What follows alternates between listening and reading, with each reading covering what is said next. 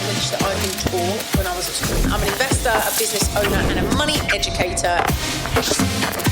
Understand it better, compound interest, cash flow, budgeting, investments, recover from debt. No one explained to me, put your money to work. It's about normalising the conversation.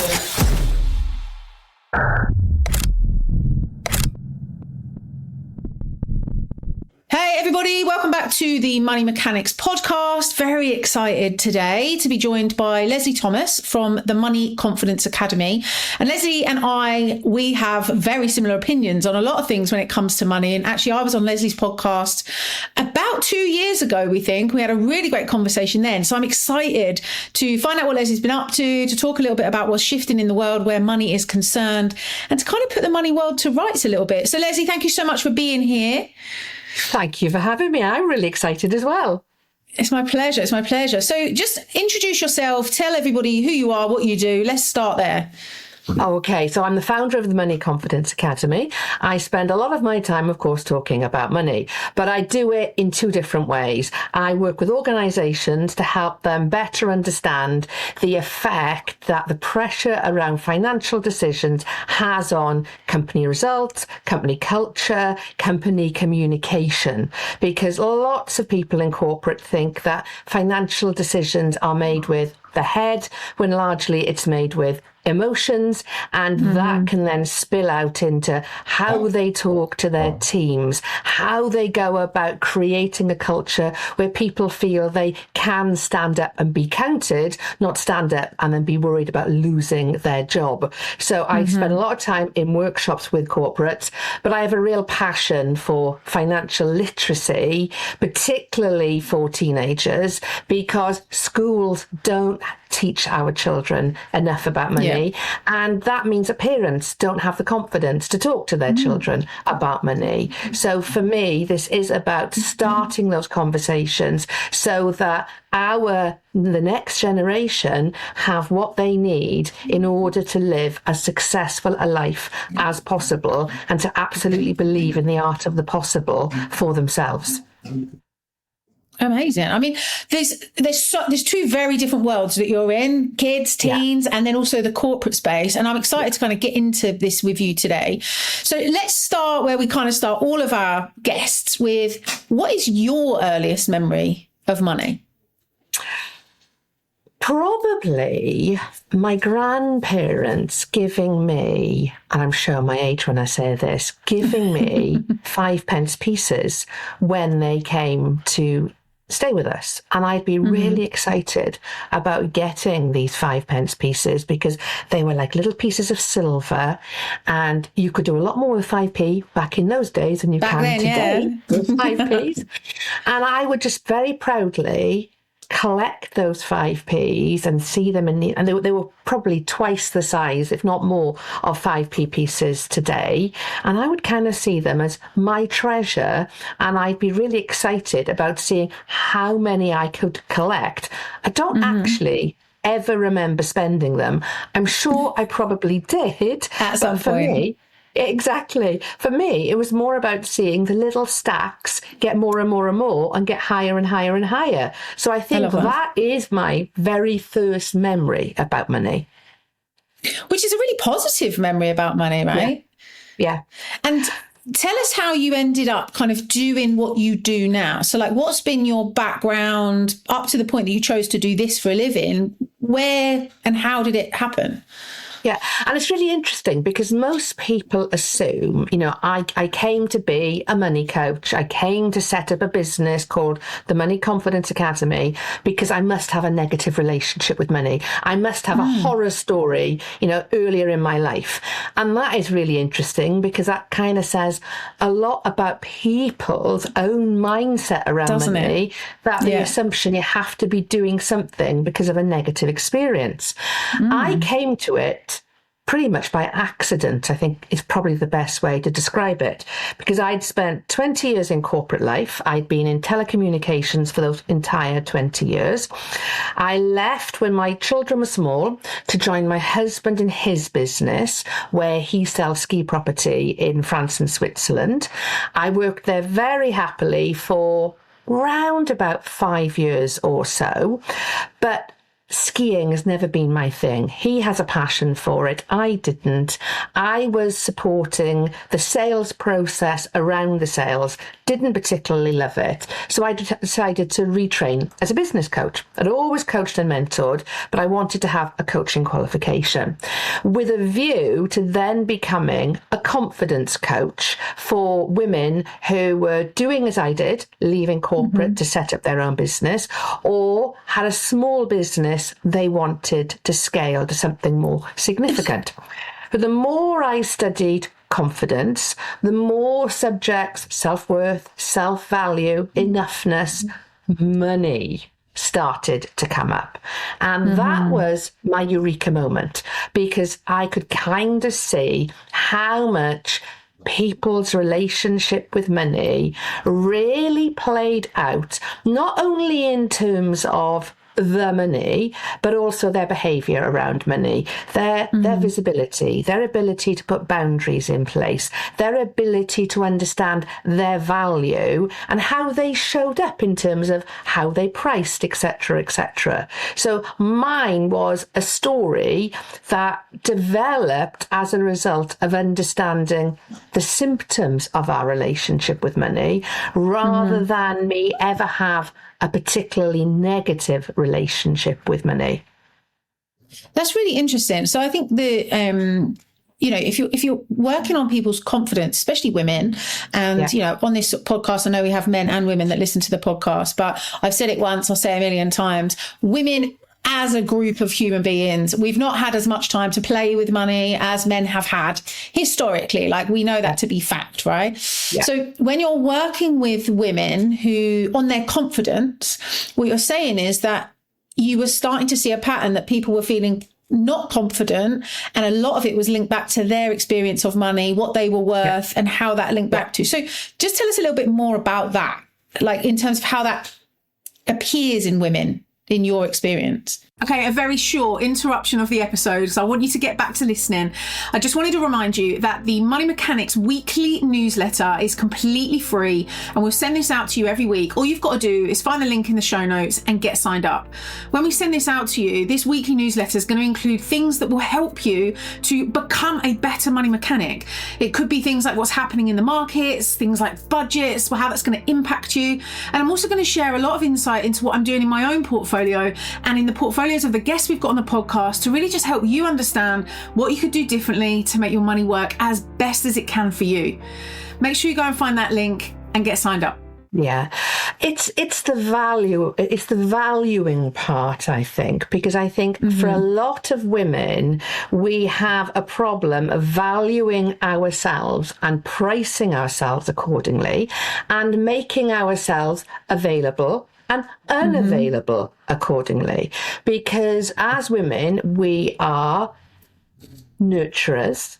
As women, we tend to be, a lot of us, people pleasers. The people pleasing very often goes back to something that happened in our childhood.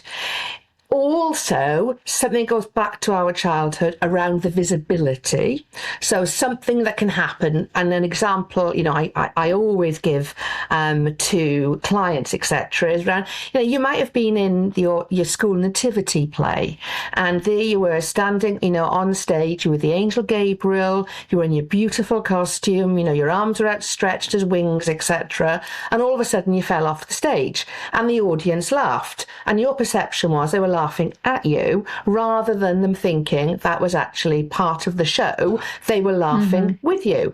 But you carried that through the whole of your childhood and into adulthood and beyond, thinking, if I'm visible, I'm exposing myself, I am going to be laughed at. I'm not going to be seen in the way that I want to be seen. And if you're running a business, if you are not visible, then it's very, very difficult, particularly in the early days when it is just you, to actually make people aware of what you do, why you do it, how you do it, etc. So all of I'd that say more than difficult, I'd say almost impossible. Like if you're not willing to be visible, and whether it's online or offline, we have to, as entrepreneurs, be able to be in a room and hold our own and be able to say what we do, when we do it, how we do it, who we do it for. Otherwise, nobody knows what it is that we do. And if we can't get confident enough to do that, it's a really hard life to live, because actually business then becomes really, really difficult.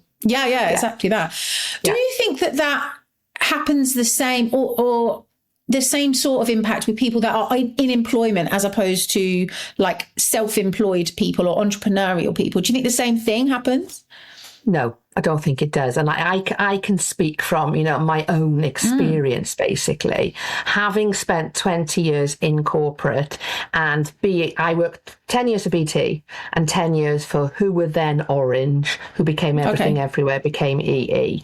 And, I was the corporate brand. I was representing the corporate brand, and I was representing the corporate brand in the stovepipe, that I was in, which started off being sales. It then became marketing, and then it became running partnerships, basically.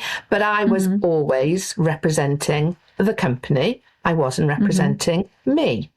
And I can remember when I left my husband's business to set up my own business, I fully expected, change my LinkedIn headline, change my LinkedIn profile, and that's all I need to do. They'll come to me.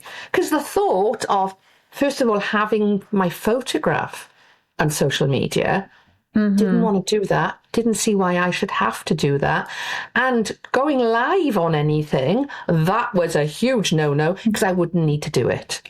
Yeah. Did the customers come? Did the clients come? No. Of course they didn't, because I was hiding away as much as I possibly could, because all of a sudden it was me and it was my big, beautiful brand that I could stand behind. And that was a real shock. I learned very quickly, and now nobody ever believes that I had a struggle being visible, but I did, because I had become so much part of the company culture that I worked within. So I believe it's hard. In that environment, the brand does a lot of the speaking, right? So like Orange, you're just a representative of Orange, but Orange is the one that needs to be visible. It's not very personal.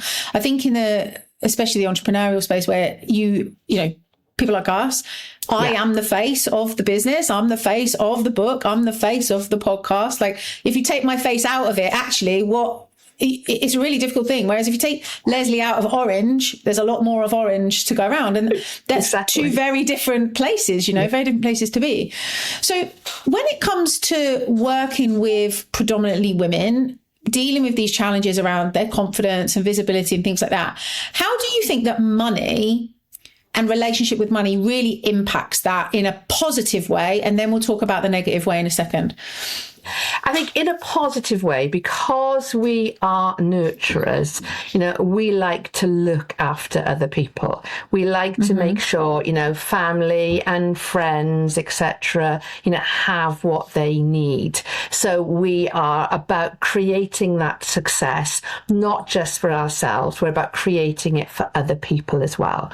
And there is a well-known phrase that, give women money and they do good with it, because we are much, much more nurturing. So it was the Dalai Lama that said back in 2011, the world is going to be saved by the Western woman. And I don't really think he necessarily meant just Western women per se. He meant women, because we do have that sense of looking after, nurturing, making sure our community, is safe and well looked after. So I think from that perspective, that is, when women have a good relationship with money, then that helps the wider community as well. But being a nurturer and the nurturer archetype, money archetype, whilst it's great, we'll look after other people, part of the problem is we can think we're enabling people by them, being able to come to us, I'm a bit short this month, or I can't pay you this month, can I pay you next month? We kind of think we're helping them when actually we're disabling them, because, and I have this with my teenage children, as a mum, I want to make sure they always have enough money, they're not going short, but my 19-year-old is not brilliant with money. Therefore, it's incumbent on me to ensure he knows his salary, he has to save some, he has to invest some, and then the rest is his to do with, as he wants to. But I find myself, towards the end of his month going, are you okay? Have you got enough money? And I have to stop myself doing that, because actually that's not encouraging him to be sensible with money. Yeah, and to make good choices. The downside. Exactly, that's the downside. Now, my 17-year-old is amazing with money. Absolutely. In fact, he doesn't particularly like to spend money. So it's nothing to do... It's very little to do with the parenting. It's everything to do with their environment, a little bit of parenting, but actually what they have inherited from previous relatives down the line as well. That has a massive impact. So for all the good that one archetype can have, there is a downside you have to be aware of. Otherwise, you can become unstuck, and those around you can become unstuck as a result. So if somebody was listening to this thinking, I don't really know what my money story is, I don't really know. So like in my book, I've obviously written about different types of money personalities, similar to what you're saying about archetypes. You've got generosity, you've got all these different kind of styles of behaving with money. If somebody's not sure, like they feel like they're not great with money, they feel like money doesn't really come to them or flow to them, or when it comes it disappears, how would you recommend somebody start to research and find out what their style archetype is so that they can get in control of their money? Like, what would you tell them to do? Well, I have a quiz on my website which does exactly that. It allows you to find out what your top 3 money archetypes are. And it takes you through a series of 60 questions that actually clearly identifies what those archetypes are.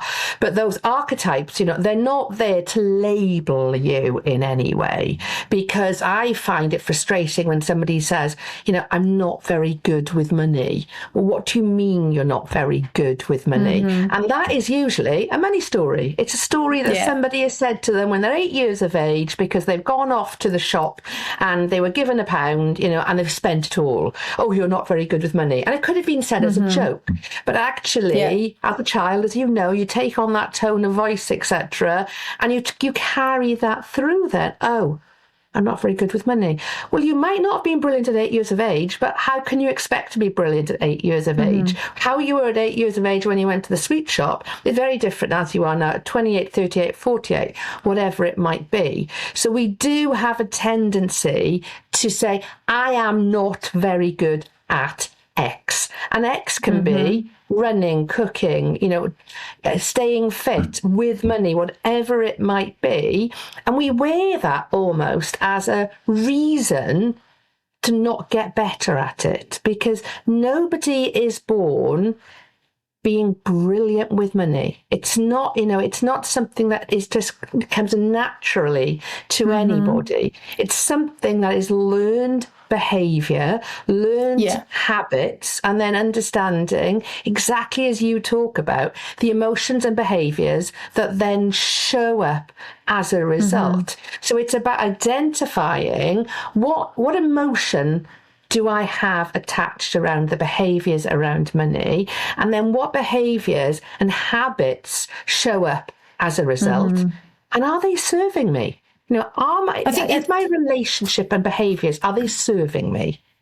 I think that's a really interesting thing for people. Anyone listening to this, actually asking these sorts of questions and then just sitting with yourself and a pad and a pen, or, just sitting with your inner thoughts for a minute and asking yourself, what is my relationship with money? But like your real relationship, not the relationship people have told you, not the relationship you hear from friends or your husband or your wife or your kids or whoever, but like, what is it I want from money? What does money do for me? How do I feel about it? Like these sorts of questions, if you really sit and ask these questions of yourself, sometimes the answer can be uncomfortable. Yeah. Sometimes it can be really exciting. And sometimes it's a bit of both, like when I was in a lot of debt, actually, I wasn't really aware of how I got into that debt. Like, obviously I just overspent. I can look at it and be like, well, you spent more than you were making. You made not great choices. You probably went to too many festivals and drank too much Jack Daniels. But, there's some consequence of those behaviors was this.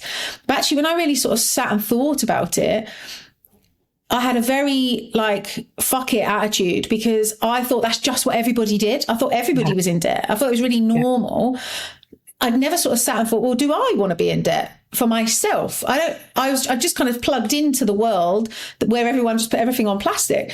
I think when you sit and you take 10, 15 minutes with a journal, with a pad, with a pen, with your notes app on your phone, like however you do it for you, and ask that question, like, what do I want from money? How do I want it to show up in my world? Because we all want different things, right? Some people want to drive a Ferrari, and some people just want to be able to pick their children up from school every day without worrying about having half a day where they're not at work. Very different things, but money is the thing that greases the wheels for both of those scenarios, right? Absolutely. Yeah, absolutely. That was part of the reason I wrote my book, Parents, Let's Talk Money, because as a parent, you very often feel guilt because you're not having the conversations with your children that you want to be having about money. But that's because you think you don't know enough about money in order to have that conversation. And that comes back to self-worth and self-value. So the book is essentially written on kind of two levels almost, where you can take your teenage child through a series of conversations, because that's what they are, they're conversations, whilst at the same time taking yourself through those same levels of conversations. Because once you realise having conversations with your children about money, is not about, what's best, an ISA or a LISA, which investment classes should I be investing in? That's not what talking to your children about money is. Talking to your children about money is recognising where they are at and recognising what they want to know where they are at. And I think once you let go of the guilt that I should know it all and I should be able to impart that knowledge onto my child, but I can't do it. So therefore, I won't even have the conversation that says, what do you want to know about money? Because that's all you need to do. That's all you need to ask. That confidence in the lack of knowledge actually is something that's quite powerful. Obviously I'm not a parent, so I come from this conversation from a slightly different place. But I remember, my experience of money when I was growing up, my friends' parents, even now, friends of mine and their parents and their conversations, I've been in friends' houses and sat around the table at 40 years old and heard their parents say, talking to somebody who's successful, got businesses, investments, all the things that I've got in my world, for them to say to me, but money's the root of all evil. Like people that have got money, they've took it from somebody else. While I'm sat at their dinner table thinking, but that I'm successful and that I've got money and that I've got wealth. And yet still, that's so ingrained in you. These are people in their 60s and 70s. Yeah. That's so ingrained in you. You just don't even think that you're saying it. It's just like an off the tongue thing. And the more that we can have conversations, even when we don't know the ins and the outs, the more we can break that pattern of the world thinking that money is the root of all evil. And actually, I'm sure you'll probably agree with this. I am a firm believer that money just amplifies what's already there. So if you are a good person, more money will make you still a good person, but you can have better and bigger impact. If you're an arsehole, money will make you a bigger arsehole. That's just how money works. Yeah, absolutely that. And also, as that phrase has been You swore, so I can swear. Bastardized, Yeah, 100%. Yeah, because it's for the love of money is the root of all evil. In other words, if you only covet money and you don't think about the impact you are having because you are coveting money, you can end up, not being a particularly, nice person. We can see from the Epstein files, the two biggest things there, sex and money. And they are the two biggest... Exactly, the two biggest reasons why people get into trouble, basically. But that isn't down to sex or money being evil. It is down to the individual and their behaviour with those two things. And I think when somebody says, money is the root of all evil, again, that is just giving yourself an excuse, basically. I don't want to have loads of money because I don't want it to change me. Well, what? I was going to ask this actually. So when you're working on people's confidence, whether it be, women, men, young people, older people, do you find that when you start to talk to people about creating wealth and having more financially, that they push back with, but I don't want it because actually if I have it, I'm not sure who I'll become. Do you get a lot of that?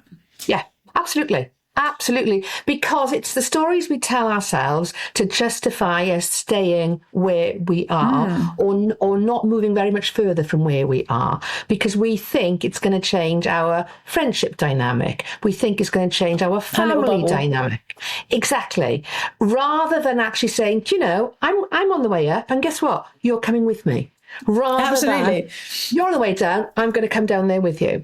And I think that once we actually realise the stories we tell ourselves are the excuses that we give ourselves.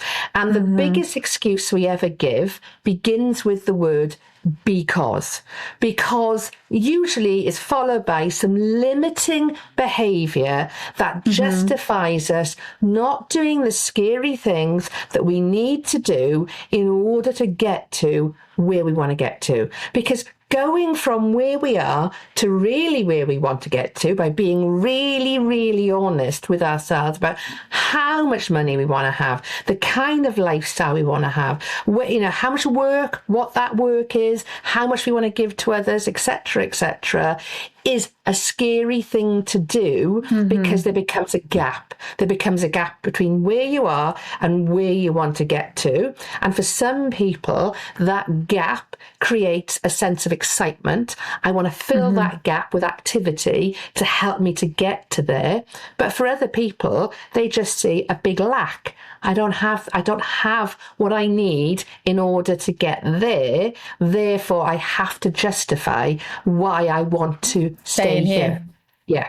Interesting. I think I totally agree with you. And again, like with the clients that I work with, we have very similar conversations. And I think the gap, there is always a gap in between where we want to be and where we are today. And actually that's filled by knowledge, information, asking questions, like all of, and doing, implementing, learning, maybe making some mistakes along the way, which we've all done. I think the thing with money, when we're trying to fill that gap, in my experience with clients and the conversations we have, even in my own experiences, in learning how we have to risk. We have to take risks when money is concerned, especially in the investing world, but in the business world, even moving from one job to another job for a bigger pay rise, right? There's a gap in all of those things. Yeah. And I think that taking a risk is often people's challenge. Like, is it going to be worth it? And because there's no evidence that it will be worth it, they can think it'll be worth it, but there's no evidence of it, like proof of it. Actually, it's easier to just stay where they are, right? Absolutely. And something you said there reminded me, one of the reasons why people fail to progress in the way that they want to is their lack of confidence to ask questions, and their lack of confidence to ask questions because they don't want to be seen to not have that knowledge.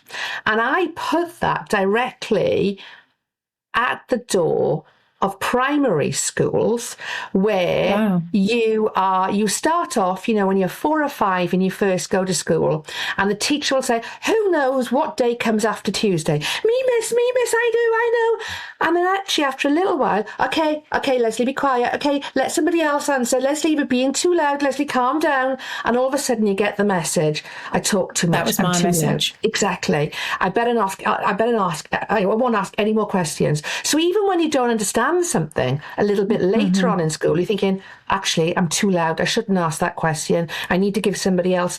And that is the problem. We have it knocked out of us that asking questions, being curious, is absolutely what we should be at all ages of life. Because there's going to be, at all stages of life, things that younger people are more comfortable and confident with than we are when we're older. Doesn't mean we can't ask younger people, so tell me about AI and how you use it, or tell me about Bitcoin. What do you know about it? Rather than, well, I can't ask that question because I should know the answer. And that goes directly back to us kind of being told it's not okay to ask questions, it's not okay to be curious. But the more curious we are, the more questions we ask, the more information that we have that we can take action on.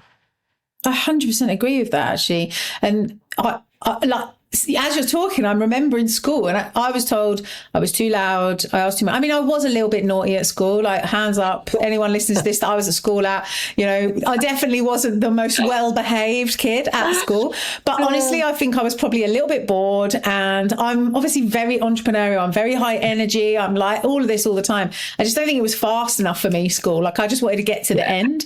Whereas I was told often, like, you're too loud, you can't have opinions, like, your voice, no one wants to hear your voice. Like, that was taught, like, drilled into me forever. I mean, now I'm a public speaker for a living, and my voice is literally what makes me my money. It's how I've made my money for nearly 11 years, right? So, it's so easy to pick up on things when we're growing up, and even into adulthood, that stops us from, like you say, being curious, asking questions. And one of the things that, one of the girls that works for me, Shamila, she's incredible. She's a lot of the glue that holds a lot of this stuff together behind the scenes. She's 25, I believe, at this point. I think she might be 24, 25-ish, let's just say ish. And I quite often, in her 20s, and I quite often say to her, I don't know what this means. Explain that to me. Or there's this word I've heard that the kids are using. I'm like, I don't get it. Explain that to me. Or I'll say, if I put this online, am I going to sound like an old lady? Like, and she helps me to understand whether or not I'm being very millennial, because I'm a millennial, or whether actually I'm going to link up with the younger audience, which is actually a lot of who we want to connect with from the Money Mechanics brand. But that curiosity, it goes both ways, right? It's okay for parents, for adults, for grown-ups, grandparents, even, older people, to be saying, I don't understand this and I want to understand this.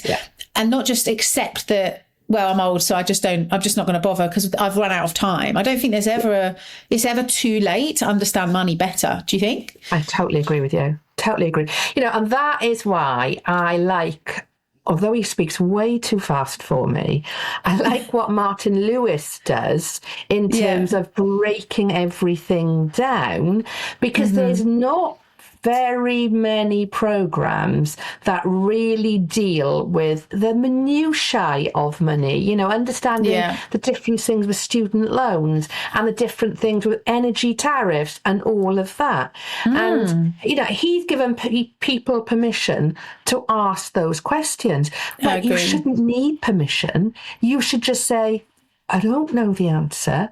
Who can I go to? Who will give me the answer?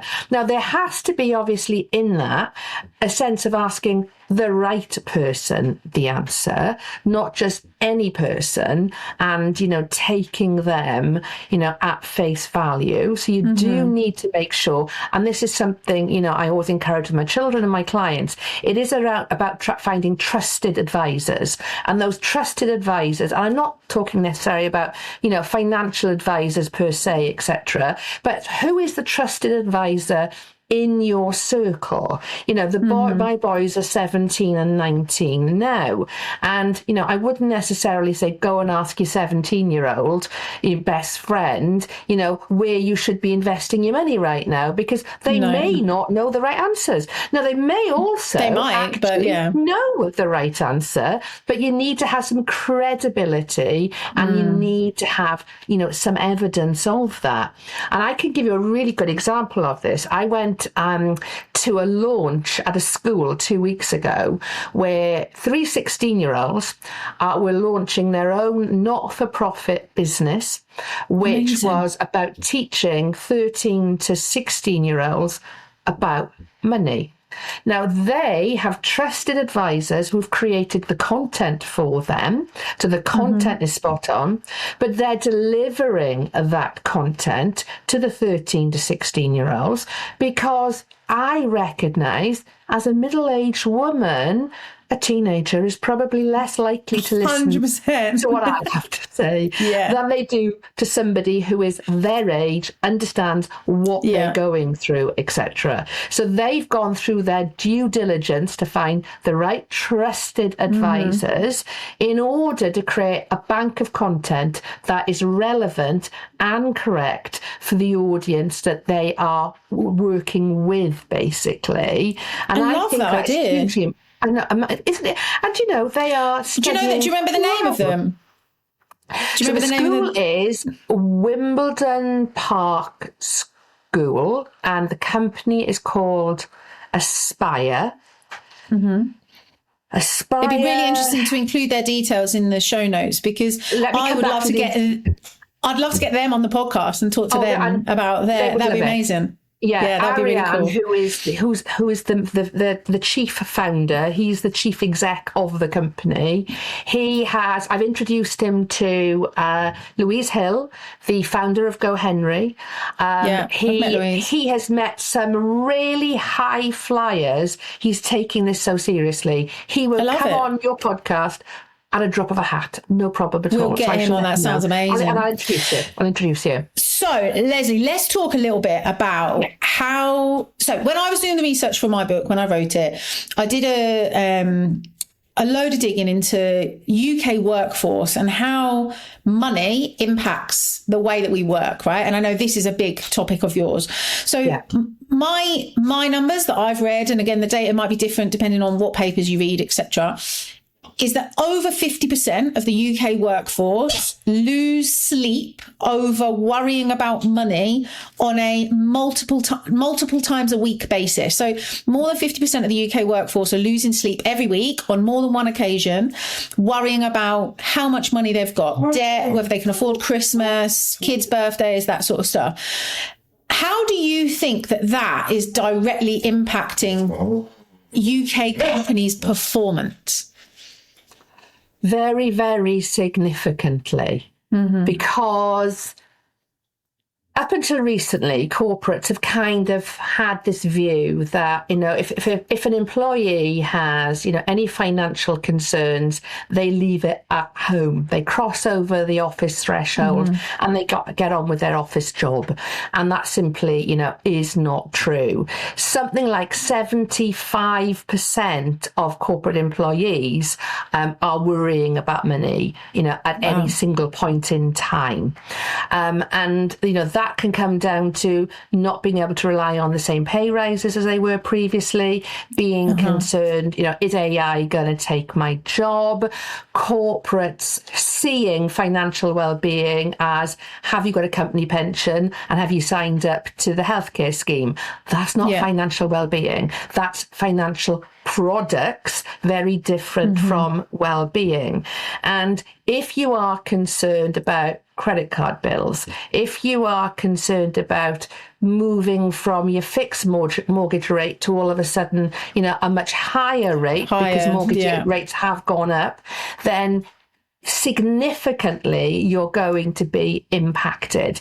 That means that productivity, absenteeism, presenteeism, they're all being affected because you're no longer able to be fully focused on the job in hand. You lose the creativity, you lose that ability to be future thinking, future forward, because you're too concerned about your here and now. Corporates are starting to wake up to that, but the level of impact it is having on our productivity as a nation is it's being misunderstood. You know, we know productivity rates are down, but when you look at the number of young people that are, you know, that are not in employment, they're not in training, they're unemployed and they're claiming benefits. What is that, first of all, doing to their psyche? What is that doing to them in terms of their own self-belief and self-value, ambition, what's possible for me? But they're taking out of the pot before they even put into the pot. So who is going to put into that pot going forward? None of that is being addressed at all. And in a corporate environment, an employed environment, where the conversations are not being had because people don't like talking about money.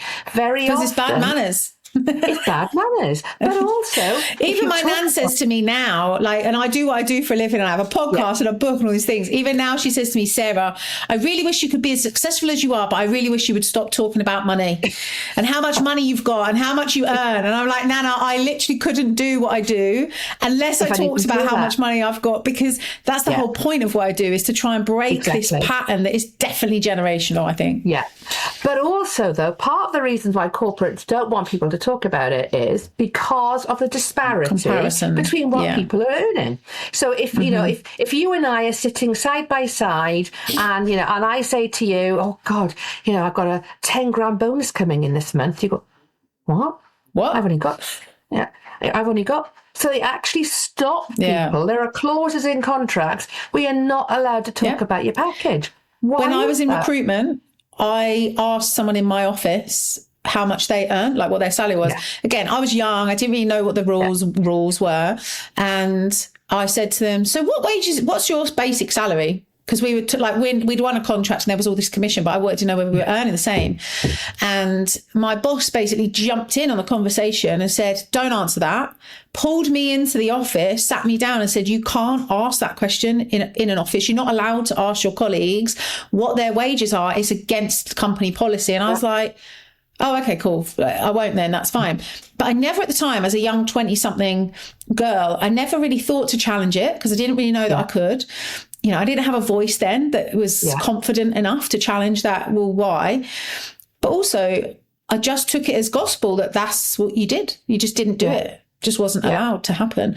And I think you're right, that disparity, that comparison, that exposure of what is in fact a massive problem in corporate, in not all corporates, but in a lot of them, is definitely a big part of the reason, for sure. Yeah, absolutely. Yeah, absolutely. And we kind of then, you know, we go through, you know, our younger adulthood and then going into older adulthood thinking, can't talk about it. And when we've got problems, we can't talk about them. And, you know, COVID exposed this for a lot of people because obviously people were put on furlough or people lost their jobs. Those on furlough were paid, you know, a minimum. They didn't have the ability to do overtime like they readily used to, etc. So spending more time at home, you know, food bills going up, etc., etc. But being expected to manage, and that managing just got bigger and bigger and bigger and turned into not managing at all. And that has led to, you know, a big stigma around people not feeling that they can say, I've got a problem. I am struggling. And part of that comes down to company culture around not talking about these things, not sharing when you have a problem. And because AI is thrown into the mix and people making assumptions, AI must mean I'm going to lose my job. No, AI does not mean necessarily you're going to lose your job. The way you do your job might change, but actually if companies were more open for people, and this is why, some companies invite me in, some invite me in to talk about the financial well-being side, others invite me in to talk about more how does judgment change when financial pressure is applied, basically. So but you mean judgment as in decision making and choices in their roles, right? Got it. Absolutely. Yeah, absolutely that. Because tell us a bit about that. Like, how does judgment change when financial pressures are on in the real world? So a lot of what is showing up for people, they're worried about, what if I make the wrong decision? How's that going to look on me? How is that going to affect other people? What is the knock-on effect of that decision going to have on the next thing that we have to do? If you have a tendency to micromanage because you're worried now about this decision that has to come down the line, you're micromanaging people. Your team are then feeling that pressure. Well, why all of a sudden is he or she acting in that way? Well, do they know something that we don't know? Oh my God, is there going to be redundancies announced? What happens if I've spotted something that's being done and it's not being done correctly? Am I going to get into trouble for saying, well, actually, this is happening and it shouldn't be happening? So all of a sudden, the communication, the culture becomes fearful and people start to misstep, overthink, kick a big decision down the road so they can spend more time thinking about a smaller decision, looking for more data, wanting to have more meetings. So all of a sudden, the time delays, the knock-on effect that has ends up costing the bottom more line money as well. So people feel challenged, they act in a challenged way, and it starts becoming a little bit like a domino effect, basically, purely because you didn't have a conversation, you didn't understand how other people were feeling, you didn't do a temperature test that said, we're doing this because of this. People jumped to their own conclusions, and the conclusion they came to was the wrong conclusion, but in their mind, redundancies are coming, I better start looking for another job. I better start defocusing on this job because it perpetuates that cycle of negative thinking, negative relationship, all of the things it perpetuates, which just gets worse and worse. Exactly. This is really interesting. So if someone's listening to this and is an employer, whether corporate, managing a team, self-employed, managing a business, whatever, but is an employer of people, how can they start to make their staff feel more comfortable having these conversations? Like, is there advice on this that you've got? Absolutely. So the first thing is to understand, how do you make a decision?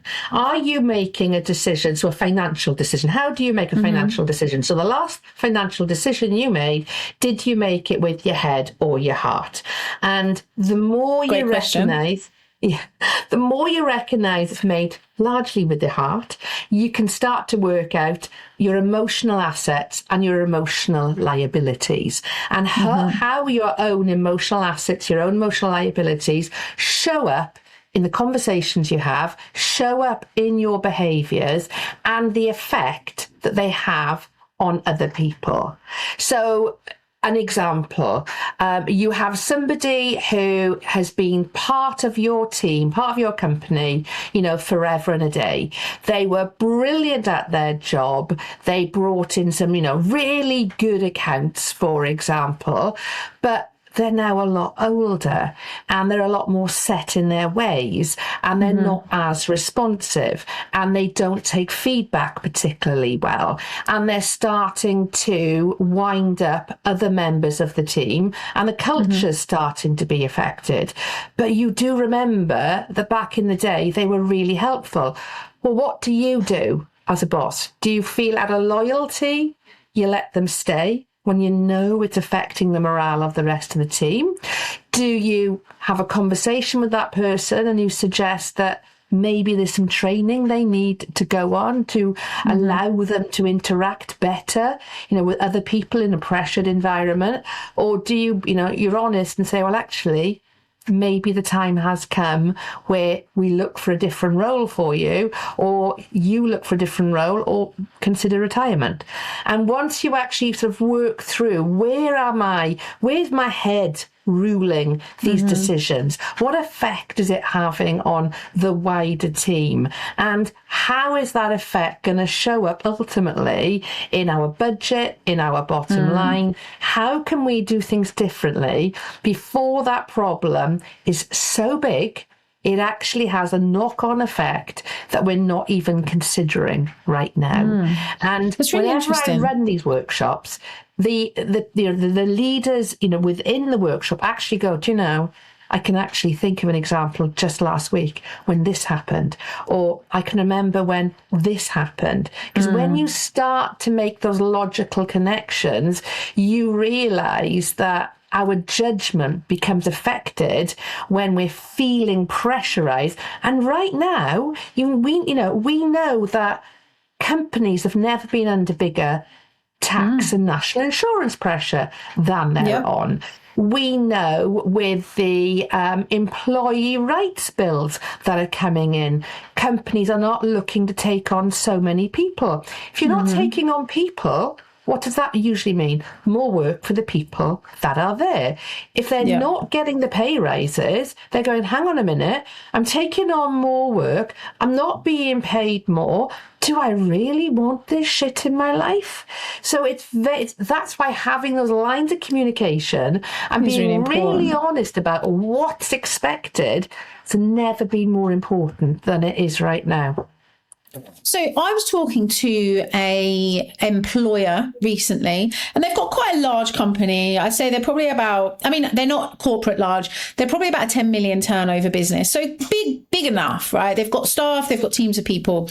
And we were having a conversation where I was saying, it would be really beneficial for you to educate your staff around investment, around financial stability and security. Because in my opinion, if I can retain my staff because they're not leaving to go to £1,000 a year pay rise because they've not got enough money, or they're struggling with debt, or, whatever's happening over here, and it means I can retain them, it saves my company money in the long run, because I have a better team, more consistent service, etc.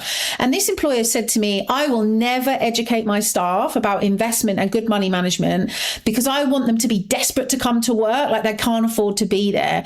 And I think that's the wrong headspace. For me, I want my staff to come to work because they choose to. They could afford to be anywhere, but they want to come and work here. And I want them, actually most of my team are quite young, so they're starting to invest, they're learning about it and things like that. But I think that I want you to have a income from investments so that you don't really need a job, you choose your job.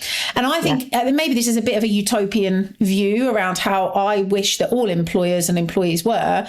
Wouldn't it be amazing? I believe in a world that everybody goes to work with enough money from investment, which actually, if we start early enough in our lives, we could all have, but that's another conversation for later. And we end up choosing a career that is a career that's like our calling and what we love, not what we have to do. And we don't have to work for people who want us to feel desperate to be there because we can't afford to not be there. And this conversation with this person, it was quite a tough conversation for me because we had such opposing views around the attitude towards money and good stability with money. How do you find, when you're going and reaching out to employers to talk about delivering workshops and things like that, do you find that most employers are engaging with helping employees be better with money? Or do you think a lot of them are still in that headspace of, nah, fuck them, I want them to be here because they've got to be here and I want it to be like they can't afford to leave? Which headspace do you think most employers are in this day and age? What do you think about that? Largely, I haven't come across the attitude that, of I want them to be desperate. And I just think that is horrendous. Good. Well, that's good. Really bad. It was a really hard conversation for me to remain professional in. Yeah. If you are going to find that you're not going to have the level of engagement, you're not going to have your back looked after, etc. This is what I was trying to explain at the time. Yeah, with that attitude. And, I know somebody who has just sold their company to a much bigger organisation. And the people within his organisation, they all now retain ownership of that smaller company. He's basically said, you are now all, co-owners. He retains the larger share, but you are all co-owners, basically, because his attitude is, you have helped create this organisation that a bigger company has wanted to purchase us, and he will continue to work for the larger organisation, as will the employees in his company. That kind of attitude, that makes you feel a whole lot better. You go to bed at night knowing that you have done good, and your contribution is massive. A massive, oxytocin, and all of that. Whereas if you've got that, attitude of, I want people starving so they appreciate the drops of gruel I give to them. Basically the attitude, yeah. Exactly. We know exactly. We know what happened, to the woman that it wasn't a woman who Mr. Bumble, I think it was, when Oliver said, "Please, sir, can I have some more?" and whatever. No, fortunately, most corporates obviously have a lot of pressure to maintain and grow their bottom line. So they are looking at what can we do to support our leaders to ensure they don't only understand the finances, and they don't only understand the levers that create more sales and more productivity, that they actually understand the behaviour that drives success as well. Because very often the teams that I work with, it's not a lack of experience, it's not a lack of knowledge around what they do, it's having an understanding of how they do what they do, the effect that it has on their team, their culture, their communication. And once you understand creating a win-win situation, then people will go over and above for you. And that's the environment everybody wants to be in, where people will go over and above because they recognise they will get a share of the results in some way as well. And I think, fortunately, all the companies that I've worked with, they do recognise their people are more than resources. Yes, they're human, but they're more than resources. And I think once you recognise that, then you're halfway to getting to a point where you can ask more. But when you ask more, you have to give more as well. And I think this is really interesting. And I am pleased to hear that in your experience, most of the people you're talking to don't have the attitude of this person that I was speaking to.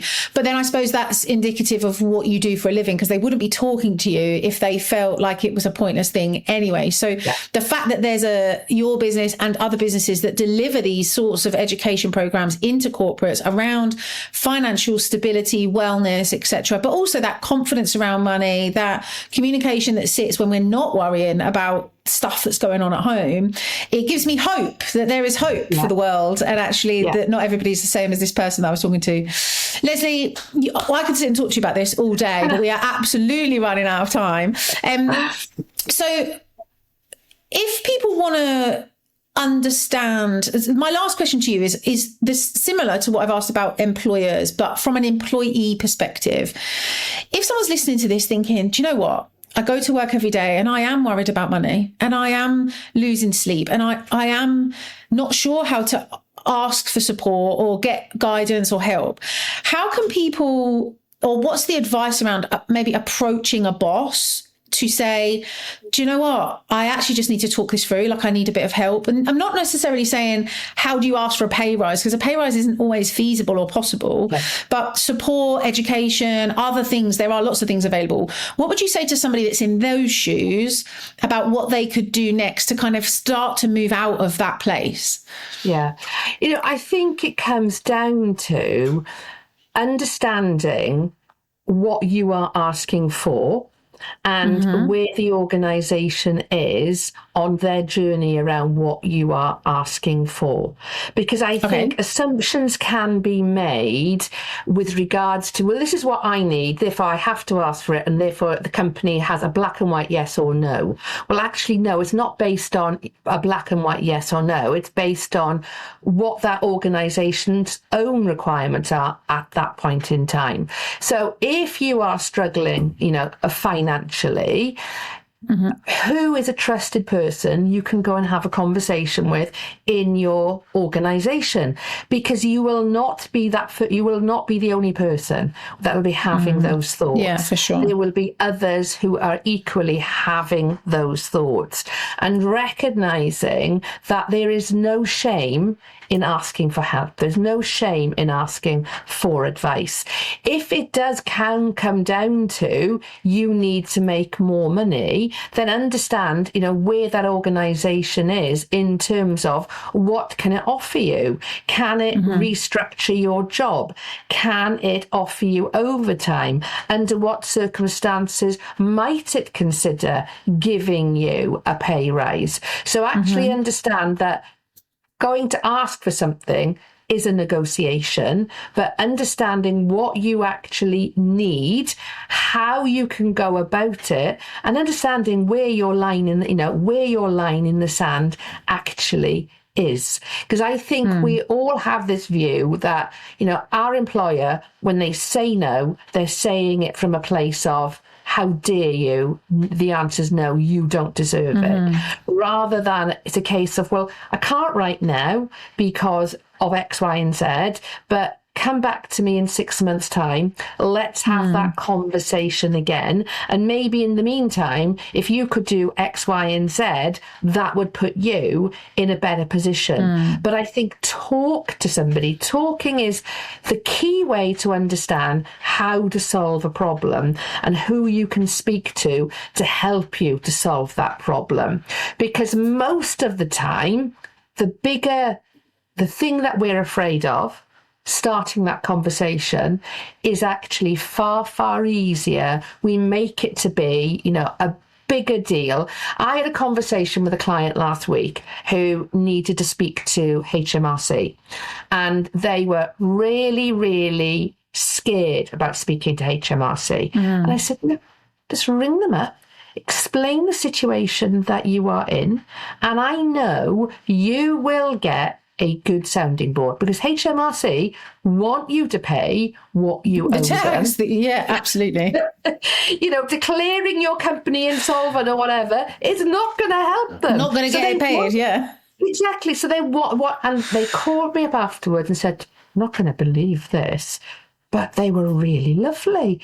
They did everything they possibly. I said, exactly. How long did you spend worrying about that? And I think that is the thing. 95% of what we worry about never comes past. Never happens. How much time do we spend worrying? So talk to somebody, work out what you really need, and find a route to either get what you really need or put a line in the sand that says, I'm not going to get it here.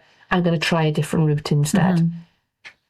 Really good advice. Thank you so much for answering that. So at the end of all of our podcasts, we have a question that's been given to us by a previous guest, which we're going to ask you. And then we're going to ask you for a question for our next guest. We don't tell you who it is. You're just going to have to ask the question and we'll ask it. So the question for you, I've got it on my phone here, is there an amount of money that you think is enough money? No. I don't know, because I think it will vary on where you are in life and how you want to help others, along the way. And this is something I very often will say to clients, because clients will say, well, I don't need to earn any more money. I have all I need. And I said, well, yeah, but what happens if you want to be able to support your children, or you want to be able to, give back to something else, your local community, or whatever it might be. So, it's a great question. But for me, because the world is changing so much and has changed so much. And what I mean by that is, for example, when I bought my first house at 24, it was £56,000. And that was for a 3-bedroom, end of terrace house. Everyone listening to this that's any younger than me is going to hate you right now for that. I know. Exactly. My children. Okay. So information came out last week. Okay. The average house is now 300,000. The average salary is 38,000. Yeah. Santander brought out a first-time mortgage where the multiplier is 4.75 times your salary. That means to buy an average house, you have to have a salary of 67,500. So you have to have a way above average salary for an average house. So there isn't a number I would put on that, because financial numbers have changed so much that my parents would never and didn't need to support me to buy my first house. I suspect we will have to support our children to buy their first house. So for me, things are so fluid, and also psychologically, I never want to give myself a ceiling that says that's my enough number, because my enough number changes. I love that. Really good. So thank you very much for answering that. What is your question that you want to leave for our next guest? Now, I don't know who your next guest is, but I'm going to ask a question that I was asked a few weeks ago. Okay, cool. Literally being filmed. I went to an event at the House of Commons where we were celebrating financial literacy being included, on the school curriculum. And I was being videoed, being asked a series of questions. And the question I was asked was, if your teenage child, was given £1,000, what would you tell them to do with it? So what would you tell them to do? And then we'll ask the next guest as well. Okay. So my answer surprised the lady asking, because everybody had said I'd tell them to invest it. And I said, no, I would suggest they invested 80% of it. And I would suggest they enjoyed 20% of it. And they could decide what to do with that 20%. They might decide to save it. They might decide to just blow it on whatever they decided to blow it on. But when we tell children what to do around money, resentment builds up. When we give them a choice, blocks. Exactly. Yeah. Exactly. When we give them choice, that is when they are most likely to do better with it, basically. So that's what my response was. Amazing. Thank you so much. Lesley, if people want to get hold of you, contact you, whether it's employers, want workshops, or employees want to just talk you through or find you online, how can people get hold of you? The easiest way is go to my website, themoneyconfidenceacademy.com, because it's got all my social media on there. It's got my email address, which is Lesley@themoneyconfidenceacademy.com. But just remember the one thing, www.moneyconfidenceacademy.com. And then it's always to get hold of me via that. Amazing. I'll make sure all of that's in the show notes as well. Brilliant. Lesley, thank you so much for your time today. It's been amazing talking to you. It's been a really good conversation. I've loved it. And thanks for your time. Thank you, Sarah. Take care. Thank you so much for getting to the end of the podcast episode. I really hope that you enjoyed it. I just wanted to take this opportunity to remind you that the weekly Money Mechanics newsletter is available to you completely free. This is a newsletter I'm going to send out every week to just give you some ideas around what's happening in the markets, what's happening at a global level, what's happening at a lot more local level, so that you can better understand what you can do with your money to make it work for you for the future. I'm also going to share in the newsletter what I'm doing in my own portfolio, just to give you some insights into what my ideas are, why I'm making the decisions that I'm making, in the hope that it will help you to make those decisions in your own portfolios as well. All you've got to do is find the link that's with this episode hit the link and subscribe. And that newsletter will start to come out to you every single week. I'd also really love to take this opportunity to invite you to drop me a review. I love the opportunity of getting to share these podcast episodes with you. It really helps me to better understand how we can do the best job that we can here at Money Mechanics if you tell us your feedback. So drop us a review, tell us the sort of guests that you want, talk to me and connect with me on Instagram, talk to us on YouTube, wherever you are hanging out. Tell us how you're finding it, and we can make this the very best podcast it can be. Thank you again for being such a valued listener. I appreciate you all, and I'll speak to you soon.